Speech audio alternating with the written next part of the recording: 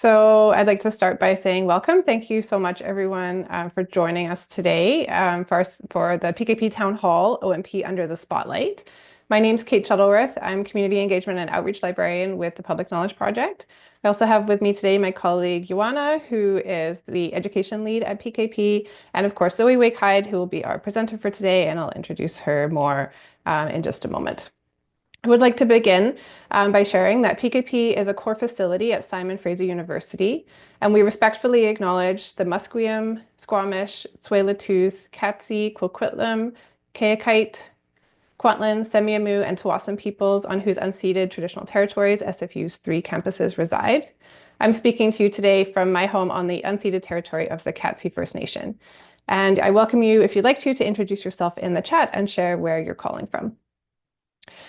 We'll be starting with a presentation from our speaker, for which we will be recording. We have disabled microphones and videos for the presentation portion of today's event. We will open these back up for the discussion portion later in the hour, and we'll also stop the recording at that time.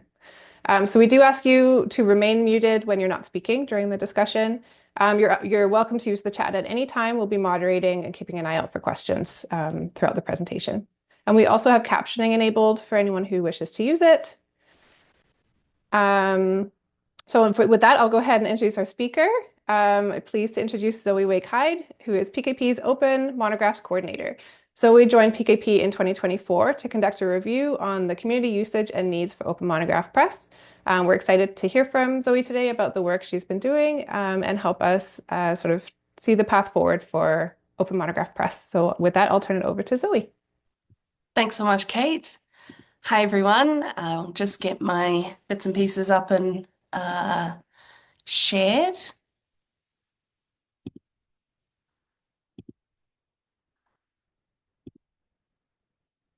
All right, can I get a confirmation if that's working for folks, please? Yes, it looks great. Excellent. And now I've lost it. No, here we go. All right. Really excited to be having this opportunity to speak with you all today. So as Kate said, this review work has been underway since September last year.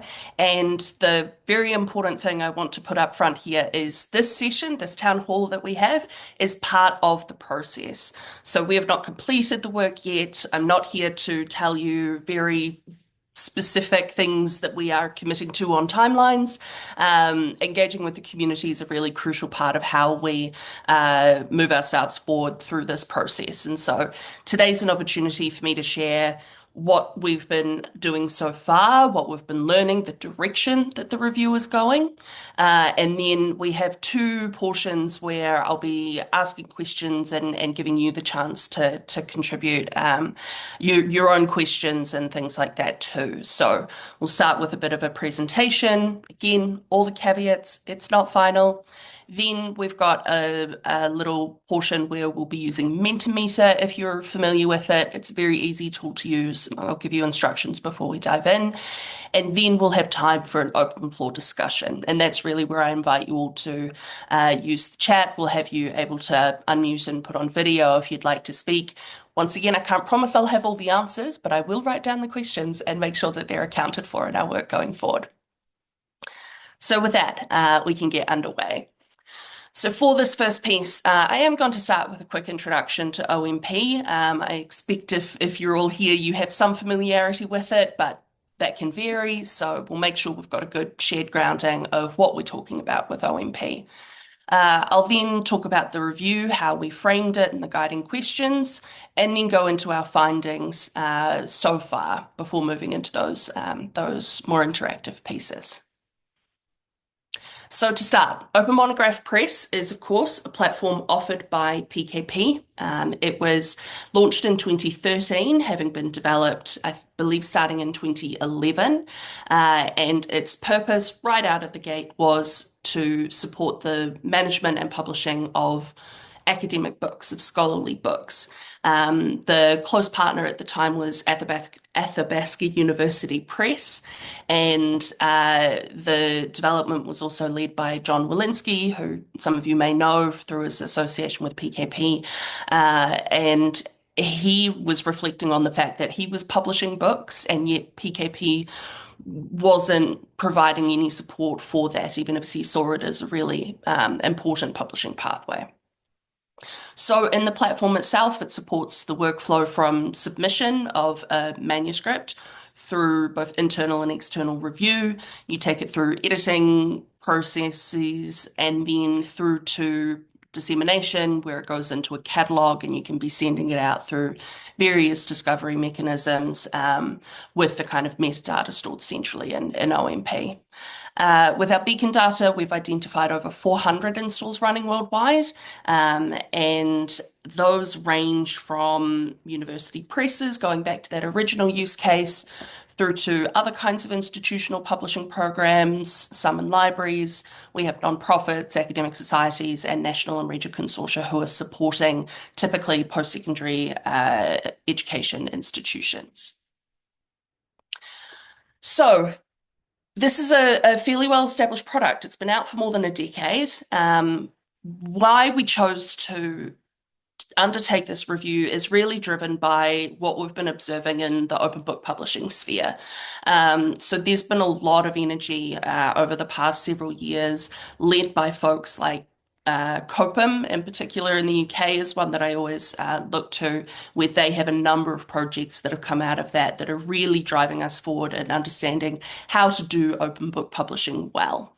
And so PKP saw that as a chance to reflect on what we have and invest in it to make sure that we're keeping up and providing good, useful services to our communities that we engage with. So the point of the review was to look at OMP as a platform, look at what's going on around it, speak to users, make recommendations, and share our findings broadly. This is one part of that. So these ended up being kind of our guided questions. How do we, how can we, and how should we contribute to a thriving open book publishing ecosystem? So to explore those projects, those questions rather, we looked to several different sources. So I joined the team in September, as Kate mentioned, and I started with the internal sources. So I spoke to as many people on the team as I could. I reviewed our documentation. I looked through the support tickets that come in around OMP, whatever I could get my hands on that we already had. And then in the next phase, I've been interviewing users. And so I've completed half of those at this stage. I have another half scheduled or in the process of scheduling through to the end of the month. And then I also looked at feedback that we've collected from other sources like our sprints. So at the Turin sprint, most recently in particular, there was a great group who got together to speak about OMP. And so I've pulled that into the process as well. Then there's a component of landscape analysis. A lot of that is drawing on my own experience. I've been working with open books, open textbooks, open humanities type things for many years now. We're getting up close to a decade. And so I've worked on similar infrastructure projects as well, like Pressbooks and Knowledge Commons. So that's kind of a background I was able to bring into this. And then I undertook a product comparison. So looking at what else is out there and how OMP can complement it, what we can learn from other products as well, and then some workflow mapping and a light SWOT analysis, which if you're not familiar is, and now I'm putting myself on the spot. I've got the opportunities and threats and I'm completely blanking on the other Strengths and weaknesses. Strengths and weaknesses. Thank you. Goodness. I'm just so used to calling it the SWOT. And then I've also been developing some kind of context setting materials for the PKP team around book publishing and how it differs from journals, things like that are just kind of helping to bring it into our team discussions. Oh, and there we go. So into the report. Once again, this is still a work in progress. I asked to not be held to any of this if we come across very new information that contradicts it, but I do feel like we've got a good sense of where this is going. So I've approached it by thinking about the report in three phases. What do we already know, which was that piece of looking at our internal sources? What are we learning, which is looking to those more external sources? And then where do we go next is the final part that is in progress at the moment and expecting to be completed internally by the end of the month and then published nicely for everybody at some point in April. So in the what we know, what really came out is an understanding of where OMP fits within PKP as an organization. And, I'm going to be very transparent about what this looks like for us. And I think that's important for folks to understand. And so what I've drawn out here are these kind of complementary or related ideas. And I found that in every strength, there's a matching weakness. Every weakness has a matching strength kind of thing. And so neither of these are overpower the other in a way. So as I mentioned, the origin story for OMP and that relationship with the university press, the legacy of that's still really clear in some of the decisions that were made, and how the workflow operates on things like how there's mention of agents and the way print is handled and things like that. So it's really clear that that idea was built in from the start. At the same time, the commitment was to this idea of books and long-form scholarship being really important to the research ecosystem. So there's no need to, in any sense, sell PKP on this idea. It's very clearly part of what we're trying to do. And then I don't think this will be much of a surprise to anyone who's familiar with PKP, but OJS is the flagship. It is the big brother to OMP's younger sibling, and that has somewhat overshadowed OMP, but also for very good reasons, because OJS has had the success that it has. It's been picked up and been as useful as it has. And all of that investment that's gone into OJS has benefited OMP. OMP has not been left to languish. It has been part of the move forward in terms of development, in terms of the infrastructure behind it that PKP has been developing. And so a lot of the ways that OMP has improved over the years has been because of the energy that's also going into OJS. So that's actually a very, very healthy relationship between the two. And then again, in the interests of transparency, very realistically, the PK team has less experience with book publishing. We have great experience with journal publishing internally. I think you speak to almost anyone on the team and they'll be able to tell you plenty about it. And that isn't as widespread in terms of understanding book publishing, but everything that OMP is doing well for OJS in terms of that understanding, in terms of the documentation, the training, all of that strength is still there and provides the blueprint for what we can achieve with OMP as well. And I did really want to focus in for a moment on why OMP matters to PKP. And I kind of laid it out in this very simple logic, really. Well, it's simple to me.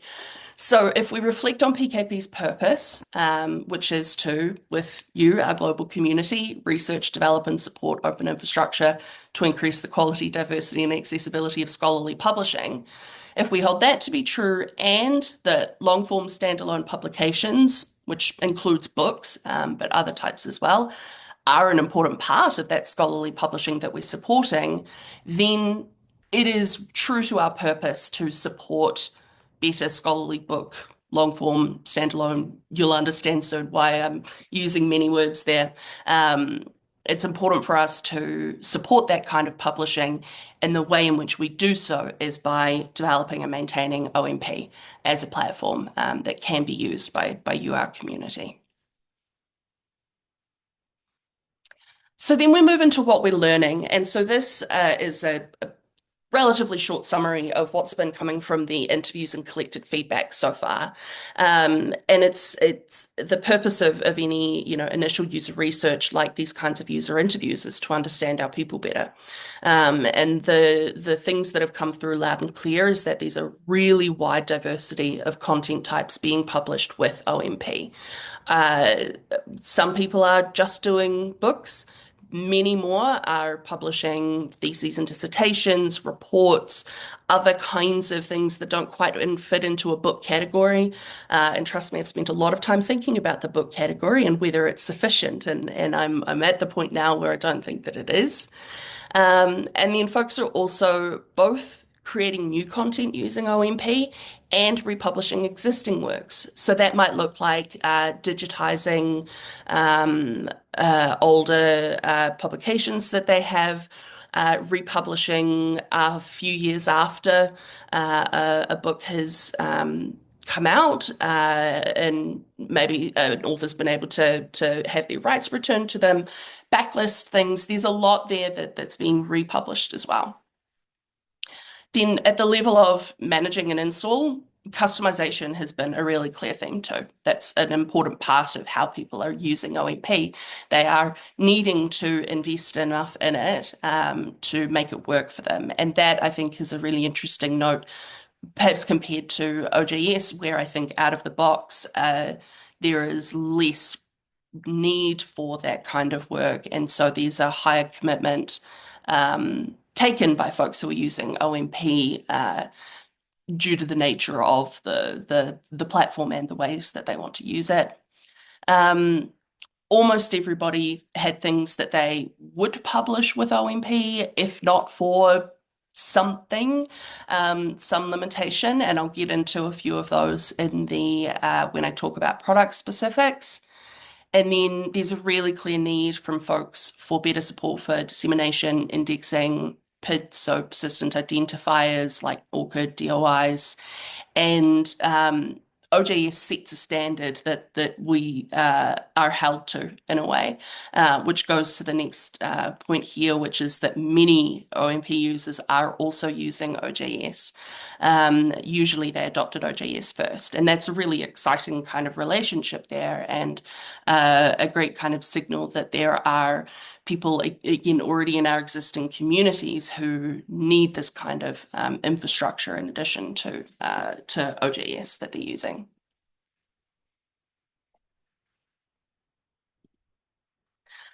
So again, on the theme of honesty, this is really kind of the conclusion I've got to of what we're learning so far. Again, with more input to come. Our strength is that people want to use OMP and are committing time and resources to it, even though we know that it has its shortcomings, that it has some issues in terms of the workflow, that, there are always places where it could be better. And the flip side of that is that the mismatch between how it was originally built and developed, that original idea of what the publishing workflow is, and how people actually want to use it now, is the gap is too big. And so that's our mismatch that we need to be resolving moving forward. There's been a lot of change in open publishing, open book publishing over the years, and we have to be responding to those changes to still be relevant and useful in the ways that we believe we can be as an organization that supports and advocates for open publishing practices broadly. And we do really see that OMP has something unique to offer. So through the product comparison, it's clear that most tools really are focused on production and display. I've named a few here. There is a much longer list, and some of these show a little bit of a North American bias because they were off the top of my head. But there's a real difference between what they are focused on supporting and what OMP can and does support in terms of workflow, and then the connections into the wider ecosystem in terms of discoverability and getting works out to the world so they can have an impact. So thinking specifically about the product features, so the platform features. I won't go into too much detail here, but we're getting a really clear sense of what's needed.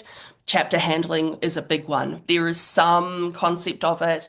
There is a much more comprehensive approach that we can and should take. We're finding that language and content types also need some revisiting, and our first set of questions will be getting into that a little bit. Automating indexing as much as we can, make that part of things easy, make sure that we're meeting the standards. We've already been doing a lot of work on that so far. So Caitlin, who's with us today, who's our OMP developer in charge, has been doing a lot of work on Onyx in particular, and we're doing that in partnership with the DOAB folks to make sure that we're kind of making those pathways really smooth. So then there are updates to that editorial workflow, again, reflecting on that clear kind of traditional university press pathway and how we can be creating more flexibility in it, perhaps, moving away from it being quite so linear. There are some things there that we can explore. And then if any of you are familiar with the quick submit pathway, the plugin that's out there, that's a really useful way to get existing content, so republished content, straight into the system to be added to the catalog. Then Crossref, again, that is one where OJS has it functioning really well. OMP can improve there. The look and feel of the site and the catalog, there's improvement to be made, which in partnership could look like some theme restructuring. And then there is some really good feedback we've gotten around the submission process, including the possibility of introducing a proposal before a manuscript is submitted, and some things around, like I said, content types, language, things like that. So as I say, this is not going into a huge amount of detail today, partly because I am not the decision maker on when and how these things get done. But these are the kinds of things that I am recommending to the team to look into further, and we'll hopefully have some updates very very soon on where that's going. And so out of this, my kind of draft recommendations right now are, of course, to complete the review process. We have a survey that will be launching shortly, and you'll have an opportunity to sign up to receive that if you would like. Perhaps one of my colleagues could share that link in the chat now, so you can sign up just for that, and also optionally for updates of how we go about implementing the review work over the next 6 months or so. As I mentioned, I'm completing additional interviews, and today is part of these last stages of the review process. Then time will need to be taken to assess the priorities and plan implementation for some of those development projects that I just named. Resources is a big piece here, so we'll be pursuing funding opportunities. And if we are making this kind of shift from OMP for monographs and edited volumes, which is kind of how it's been scoped so far, to a tool for all kinds of long-form scholarship, there is some communications and thinking that needs to go around that. And really importantly, a big message to the team from me is that we need to leverage our existing strengths. PKP is really good at a lot of things, and we've got a lot of experience. As I mentioned, I've worked on other open infrastructure projects, and by far there is the most well-established kind of base here that I've experienced, which we can be leveraging into improving all parts, all aspects of how we offer OMP to the world. And two, again, this is part of my role with this review, is investing in educating the team. And over time, we'll need to kind of develop more of that in-house understanding, and that will come with the work that we're doing. It's as we're planning these development projects, for example, I mean, I don't think anybody in PKP isn't asking the why. And so that's all part of the process to help us kind of really embed that into our thinking across the board. So of course there are challenges always. This is short list. There are and will be more. As I mentioned, funding and resources, that's going to be a priority for the next 6 months or so of work that we undertake following the completion of the review. And in particular, OJS is resource hungry.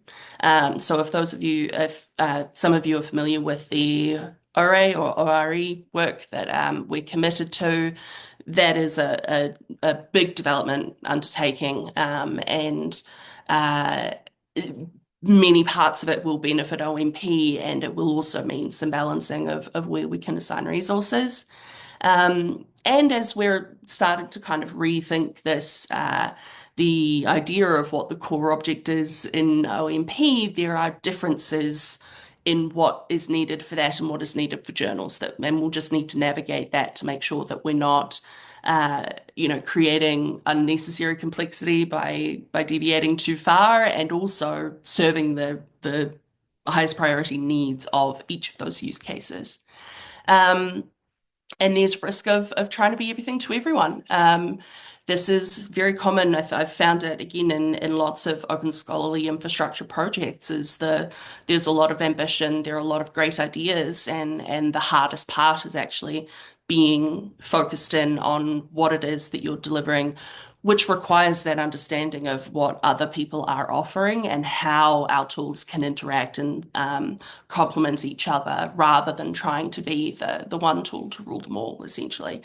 Forgive me, the Lord of the Rings reference. I am from New Zealand. It just happens sometimes. Right, so I think next we can move into our testing our theories, but I will take a pause and stop sharing for a moment and check in on the chat and see if there are any questions or reflections on that first part of it that you'd like to chime in with before we move into the next stage. Zoe, there was one note in the chat about the work happening with Thoth to develop a Yes. plugin.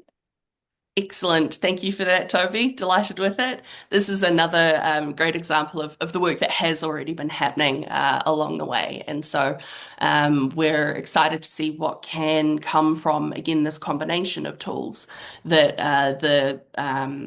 the focus and the expertise that Thoth has been developing around metadata, around discovery, archiving, preservation, those sorts of things, can team up with what OMP does really well, which is around that workflow and the catalog and display and discovery pieces. So that's a very exciting combination. Thank you for chiming in with that, Toby.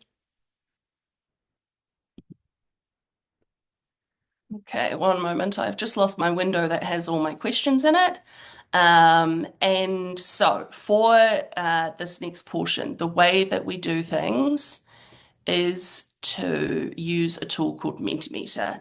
Very simply, there will be a QR code on your screen that you can go to, and then we'll also share a link in the chat that you can open as well. Sorry, one moment. I did manage to possibly close a window. Always technical difficulties. One moment. Okay, great. Found it again. Would that be the polls link, Zoe? It is, yes. Thank you.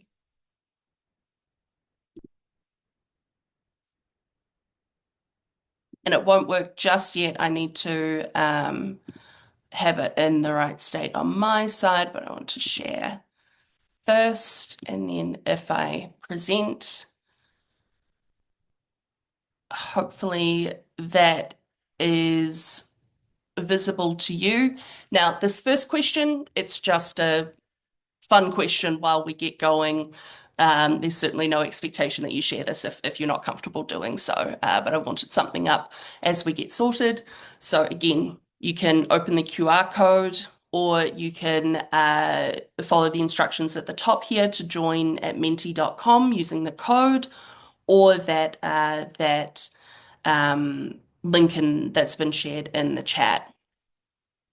And I'll give folks just a couple of minutes to get in and set up there.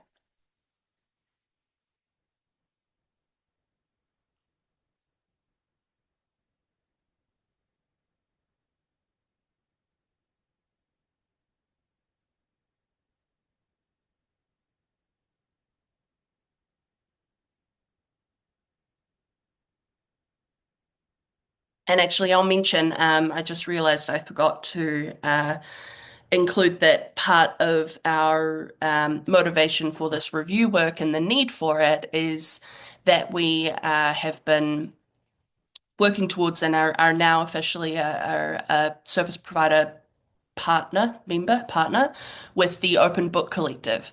And so that's a really exciting pathway for folks to be able to support OMP and many other really excellent projects through their initiatives. And as we kind of see interest grow there, we want to be absolutely sure we are directing those contributions in the direction that makes the most sense for our community of users.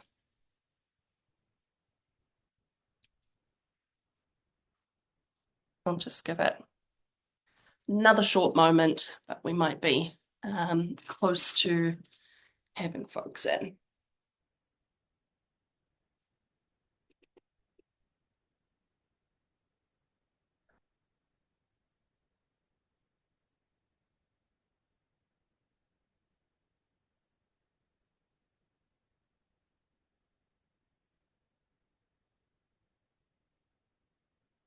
All right, numbers have slowed there, so I'll get us moving. This is very cool to see where everyone is. And so we have 5 questions, and I'm going to, excuse me, give you a minute for each.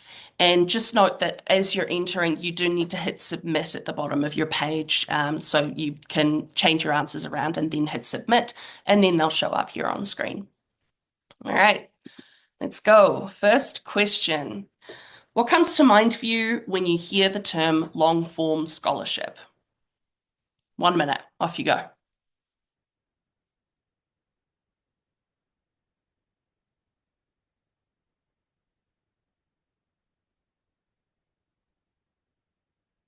That's excellent. I love that. Just book front and center.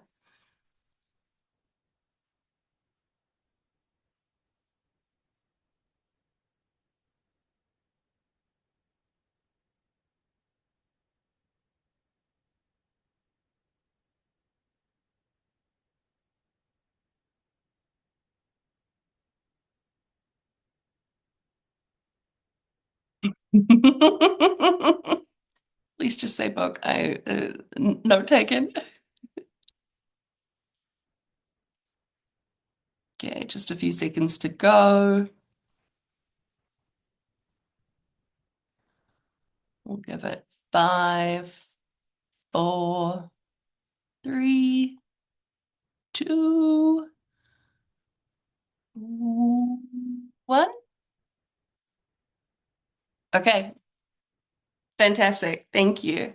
That's really cool to see the associations with that. As a kind of gesture to this is a term we're considering moving more towards if it proves to be helpful in terms of capturing all of the many kinds of materials that are published with OMP. So books, monographs, and humanities, that's right where we live for sure. Oh, a few more answers coming in. I'll give it just a sec and then I'll move on to the next one. All right. Next question. What kinds of content do you or do you want to publish with OMP? 1 minute, starting now. And if you're not actively using OMP, just imagine yourselves in those shoes for a moment.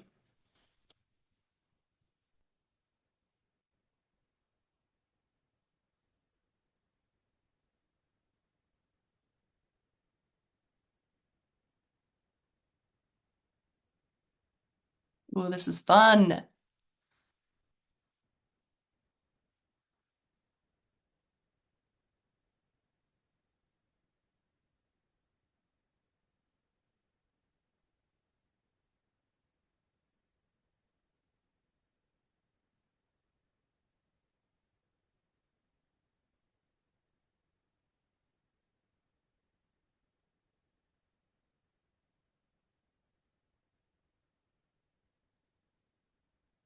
Okay, 5 more seconds. 5, 4, 3, 2, 1. Amazing. Oh, this is so cool. There's a really good range there. And you can see how the just monographs and edited volumes options that are currently in there are not covering the full range of works that are in there. Now we have one other. Please share in chat. I was very excited about this one. What have we got? I'm guessing that's from you, Toby, with experimental publications, which I love. I think there's a lot of room for different kinds of things that don't fit into these categories. I think often of digital humanities projects, and while in terms of the technical needs for those, they're often much more complex than a PDF. I'm thinking of Furnace and Fugue is one of my favorites of all time. I'll need to share a link to that in a moment. That there is a lot of different kinds of publications that can and should fit within this collection in an OMP install in some way. Brilliant. Thank you. On to the next one. What should our default record be called? So the thing, the object at the center of OMP that gets a submission, that goes through the process, what should we be calling it? 1 minute on the clock.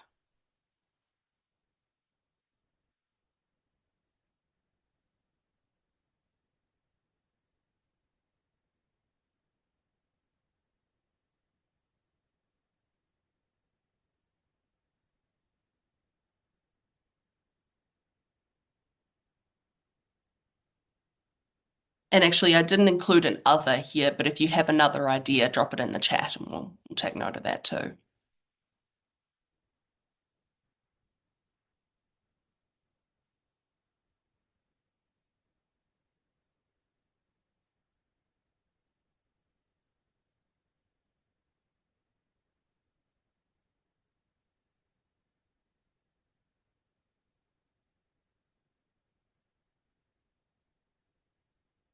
Well, count it down. 5, 4, 3, 2, 1. Excellent. Thank you. Oh, and a last minute vote for book. I see the popularity of book here, and trust me, I am all for books. I really am. This is no slander against books that we're exploring this other language. Really, it is about capturing the widest kind of range of works that we can see in our use works. But publication is the winner there, with a very close second with book. That's going to give us a lot to think about. Thank you. I'll check in on the chat. Publication is already used. Yep, I see that. Thanks, Antiusi. Another scholarship, and thanks for your note there, Maria, about how publication is used in other spots. For doesn't distinguish between published and not formally published. This again may be my slight bias towards the more experimental approaches, because publishing, putting something into the catalog on OMP, to me that is published, but that's right. We've got a real range of use cases to consider here. Great, thank you. All right, next one. How should we be referring to the entity using OMP to publish? So right now we use the word press, and that has been noted by a few folks that it doesn't sit right because they aren't a press. And so again, a minute on the clock. I'm really keen on other ideas here, because there are kind of just a short set of them that we've been thinking about so far.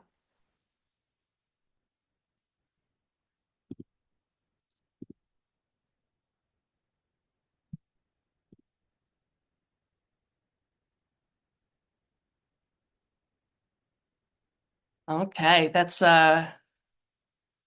looking pretty convincing for publishers so far. We have one more couple in the chat that I'll wait and see.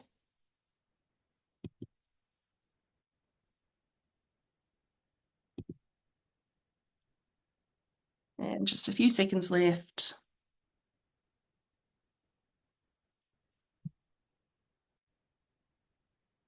Okay. Let me see. Thanks for that, Niels. Imprint. And then maybe one other to show up in the chat. I'll give you whatever time you like to get that in there. Awesome. But a really strong vote for publisher, and very clearly press isn't doing the job right now, which is great to know. Thank you. Okay. Now let's talk about specific development projects. This is not that full list that I included in my presentation, but of these as candidates for feature sets that we work on, go ahead and rank what you think are the most important from these. Your minute is starting now.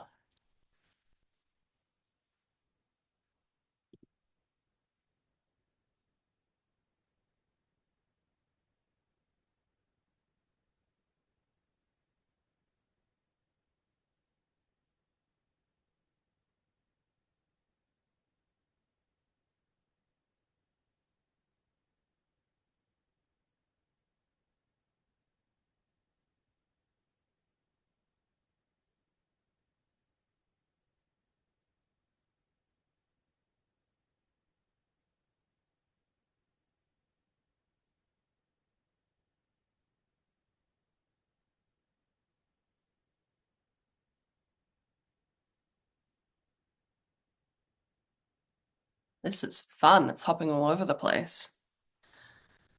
Just got 10 seconds left.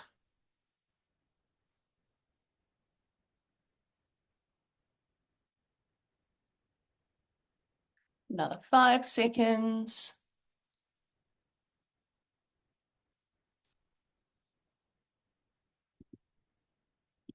And I've lost track as I was looking at the chat, but that sounds like about time.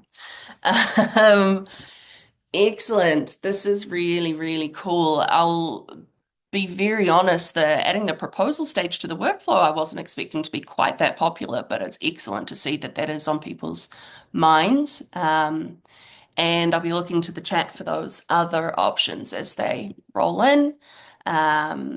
So we have metadata formats and dissemination channels, absolutely. Registration of DOIs with Crossref, yeah. Alexandra, that has been on everybody's minds. And again, we have the clear comparison to OJS, and so that is very much on the cards for improving that. From Neil's, bit of versioning, major and minor changes, allowing submitting articles and chapters separately to allow review of these separate from a book. I think that will account for that in the chapter handling. That's kind of a big umbrella thing. And Google Scholar support, that's another one where there's some work kind of on the cards on that front too. Fantastic, thank you. All right, now our last question, and then I'll wrap this up and we'll move into open discussion where you can be asking what you like.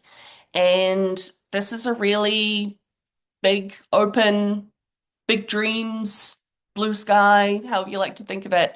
What do you see for the future of OMP? What do you want to see? Where can this platform go, this project as it is a part of PKP? What do you want to see? This is our chance for some dreaming. And I'll give you a little longer on this one. So I'll give you at least a minute and a half. And let's be honest, I'll probably lose track of time again, even though I have a timer in front of me.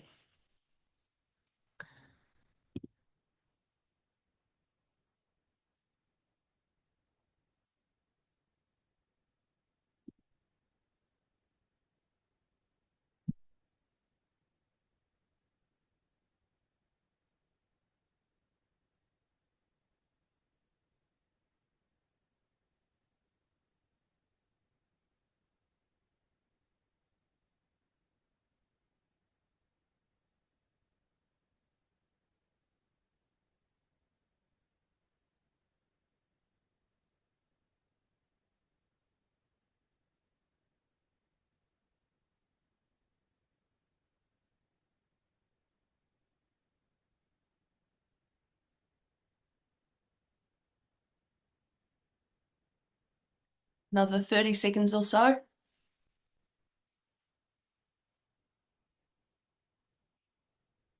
Mhm.